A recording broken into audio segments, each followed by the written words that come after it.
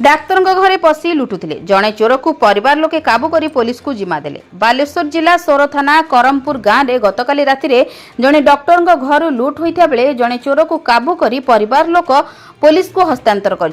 सूचना अनुसार आयुर्वेद डाक्तर तपन बेहेरांग तांको परिवार लोकों सह एक विवाह कार्यक्रम जोग देवाकू भद्रक जाइथिले। एहार सुजोग नहीं 4 जण चोर घर भीतर को पशि चोरी करथिले। ठीक सही समय तपन और तांको सड़ा दिलीप महालिक घरे पहुंची तांको घरे चोर पशिथिबा जानिबाकू पाइथिले। पर स्थानीय लोकों को खबर देवा सहित घर भीतर को पशिथिले। एही समय चोर मानक आक्रमणर शिकार होई गुरुतर आहत होइथिले। 3 जण चोर फेरार हो जाइथिया बेले जणे चोर को सेमाने काबू करथिले। स्थानीय लोकों को ठारू खबर पाई सोर पुलिस घटनास्थल रे पहुंची चोर को जिम्मा नैथिले। स्थानीय लोके उभय को उद्धार कर सोर डाक्तखाना को नहीं बेले सेठारे उभय अवस्था गुरुतर थिबारु सेमानंको बालेश्वर जिला मुख्य चिकित्सालय को स्थानांतर करा जायछि। अटक थिबा चोर जनक जगतसिंहपुर जिला एरसमा अंचल होइथिबा बेले पुलिस घटनार अधिक तदंत आरंभ करिछि।